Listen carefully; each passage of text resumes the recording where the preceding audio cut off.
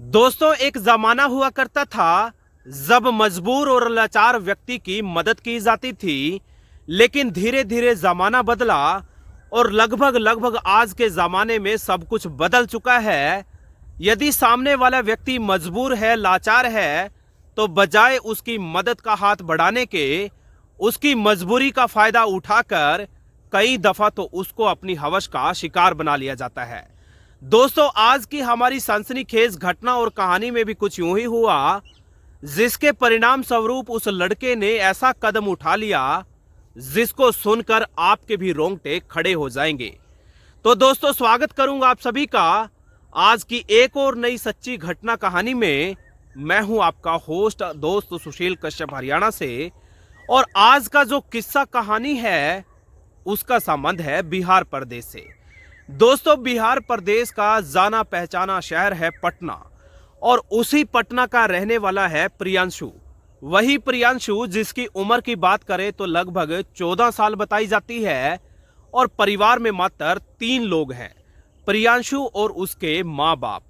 प्रियांशु का जो पिता है अशोक, वो दरअसल कई सालों से एक बड़ी बीमारी का शिकार है, और जो भी परिवार के लोग थोड़ा बहुत कमाते हैं बमुश्किल अपना घर गुजारा चला पा रहे हैं। दोस्तों, कहीं ना कहीं उस प्रियांशु नाम के नाबालिग लड़के को धीरे धीरे ही सही अब एहसास होने लगा था कि हो ना हो अब घर परिवार का जो बोझ है उसको अपने कंधों पर उठाना पड़ेगा। बस फिर क्या था, एक दिन वो प्रियांशु नाम का नाबालिग लड़का अपना तमाम साजो सामान समेटकर दूर दराज के एक शहर चेन्नई में जाकर नौकरी करने लगा। दोस्तों, जानकारी अनुसार एक फैक्ट्री में उसको पैकिंग के काम करने के लिए नौकरी मिल चुकी थी। दोस्तों, कई लोगों का यह सवाल होगा कि आखिरकार नाबालिग बच्चे को नौकरी दे किसने दी। तो दोस्तों, इस सवाल का जवाब यह है कि ज्यादा जानकारी तो उपलब्ध नहीं है, लेकिन इतना सुन लीजिए कि यह घटना कहानी वाकई में ही एक सच्ची घटना पर आधारित है, जिसमें प्रियांशु को एक नौकरी मिल चुकी है, वो भी पैकिंग के काम की। दोस्तों, जहां पर वो काम करने लगा था उस फैक्ट्री में कई सारी महिलाएं, लड़कियां, यहां तक के लड़के भी काम कर रहे थे। दोस्तों, प्रियांशु जैसे जैसे रोज अपना ड्यूटी काम धंधे पर जाता था तो धीरे धीरे तमाम नए नए लोगों से उसकी वाकबी होने लगी। एक दिन सुनीता नाम की खूबसूरत महिला से उसकी हाय हेलो हुई, और जब सुनीता को यह मालूम चला कि प्रियांशु नाम का वो नाबालिग लड़का उसके ही शहर पटना बिहार का है, तो सुनीता को बहुत ज्यादा खुशी हो रही थी। यहां तक कि उस प्रियांशु नाम के लड़के को भी ये सब जानकर काफी ज्यादा अच्छा लग रहा था।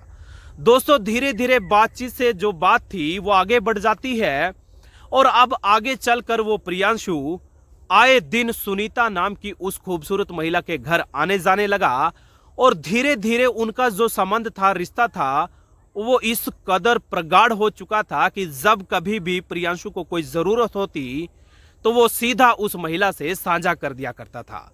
दोस्तों, शायद ही कोई ऐसी किस्सा कहानी अपनी जिंदगी से जुड़ी हुई होगी जो कि उस सुनीता ने प्रियांशु को और प्रियांशु ने सुनीता को साझा ना की हो। यहां तक कि सुनीता का हर पारिवारिक सदस्य उस प्रियांशु के बारे में जानने लगा था। जब कभी भी घर पर कोई छोटा बड़ा कार्यक्रम होता तो प्रियांशु घर के कार्यक्रम में शिरकत ना करे, ऐसा हो नहीं सकता। दोस्तों, सुनीता ने स्पष्ट लहजे में प्रियांशु को बोल रखा था कि तुम मेरे बेटे समान हो, और बेटा जब कभी भी तुम्हें जरूरत पड़े हम तुम्हारे लिए हाजिर हैं, यानी कि हमारे घर के दरवाजे हमेशा के लिए तुम्हारे लिए खुले हैं। दोस्तों, उस प्रियांशु को भी ये सब सुनकर देखकर काफी ज्यादा अच्छा लग रहा था। दोस्तों, आगे चलकर सुनीता का पति सुनीता को एक दिन बोलता है कि मुझे नाइट की शिफ्ट में ड्यूटी करनी पड़ेगी, यानी कि रात को वो घर नहीं आ पाएगा। सुनीता कहती है, आप निश्चिंत रहें, मैं प्रियांशु को अपने घर बुला लूंगी। बस फिर क्या था, प्रियांशु आकर के घर पर लेट जाता है। तमाम लोगों ने खाना पीना खा ही लिया था, और देर रात्रि लगभग 11 बजे सुनीता नाम की बेहद ज्यादा खूबसूरत वो महिला उस प्रियांशु के नजदीक आकर अश्लील हरकतें करना शुरू कर दिया था। और दोस्तों, जब उसने पहले अश्लील तरीके से उस प्रियांशु को छुआ, अपने सीने से लगाया, तो प्रियांशु ने चंद सेकंड के लिए तो इसका विरोध करना चाहा, लेकिन दोस्तों तुरंत ही उस प्रियांशु को भी ये सब देखकर कहीं ना कहीं अच्छा लगने लगा था। वो भी तमाम इन चीजों को एंजॉय करने लगा और देखते ही देखते सुनीता और प्रियांशु के बीच में शारीरिक संबंध बनने लगे। दोस्तों पूरी रात सुनीता नाम की उस शातिर कहूं या खूबसूरत कहूं उस महिला ने उस नाबालिग प्रियांशु नाम के लड़के के साथ नाजायज संबंध बना डाले और कहीं ना कहीं ऐसा करके सुनीता को काफी ज्यादा सुकून लग रहा था। सुनीता शारीरिक सुख पाकर बेहद ज्यादा खुश थी, साथ ही साथ प्रियांशु को भी काफी ज्यादा अच्छा लग रहा था। दोस्तों ये सिलसिला अब लगातार चलता रहता है, यानी कि शारीरिक संबंध बनने का ये क्रम कभी रुकने का नाम नहीं ले रहा था। अब जब कभी भी उस महिला को लगता था वो तुरंत उस प्रियांशु को बुलाकर उसके साथ दिल खोलकर शारीरिक संबंध बनाया करती थी, जब तक भी उसका दिल किया करता था। और जो प्रियांशु था वो भी चाहकर मना नहीं कर पाता था, क्योंकि दोस्तों असलियत तो ये है ऐसा सब करने से प्रियांशु को भी धीरे धीरे काफी ज्यादा अच्छा लगने लगा। दोस्तों एक दिन हुआ कुछ यूं कि जब सुनीता और वो प्रियांशु अपने घर पर ही आपत्तिजनक स्थिति में थे, यानी कि शारीरिक संबंध बना रहे थे, तो दिन के लगभग 2 बजे अचानक से सुनीता का पति आ टपका। सुनीता का पति सख्त लहजे में सुनीता को बोलता है कि सुनीता तुम तो शर्म करती, तुम तो समझदार हो, उम्रदराज हो, ये बच्चा तो नाबालिग है, तुम्हें तो ये सब नहीं करना चाहिए था। उस दिन तो कहीं ना कहीं वो दोनों को समझा बुझाकर बात को रफा दफा कर देता है, लेकिन दोस्तों वो सुनीता रुकने का नाम नहीं ले रही थी, क्योंकि दोस्तों जानकारी अनुसार उस महिला को लगातार शारीरिक भूख बढ़ती जा रही थी और उसकी शारीरिक भूख कोई और नहीं बल्कि प्रियांशु ही मिटा सकता था।